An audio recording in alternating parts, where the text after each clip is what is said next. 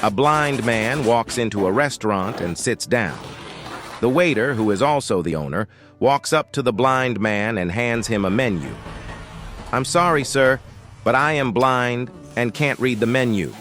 Just bring me a dirty fork from a previous customer. I'll smell it and order from there." A little confused, the owner walks over to the dirty dish pile and picks up a greasy fork. He returns to the blind man's table and hands it to him.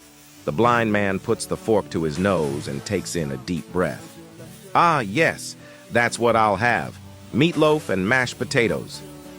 Unbelievable, the owner thinks as he walks towards the kitchen. The cook happens to be the owner's wife. He tells her what had just happened. The blind man eats his meal and leaves.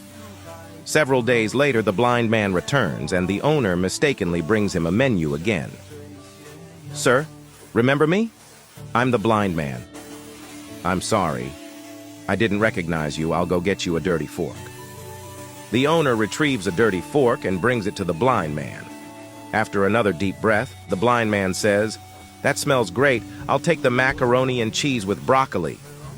Walking away in disbelief, the owner thinks the blind man is screwing around with him and tells his wife that the next time the blind man comes in, he's going to test him.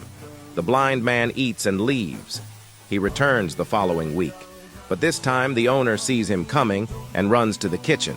He tells his wife, "Mary, rub this fork on your panties before I take it to the blind man." Mary complies and hands her husband the fork. As the blind man walks in and sits down, the owner is ready and waiting. "Good afternoon, sir. This time I remembered you and I already have the fork ready for you." The blind man puts the fork to his nose, takes a deep whiff and says, "Hey, I didn't know that Mary worked here.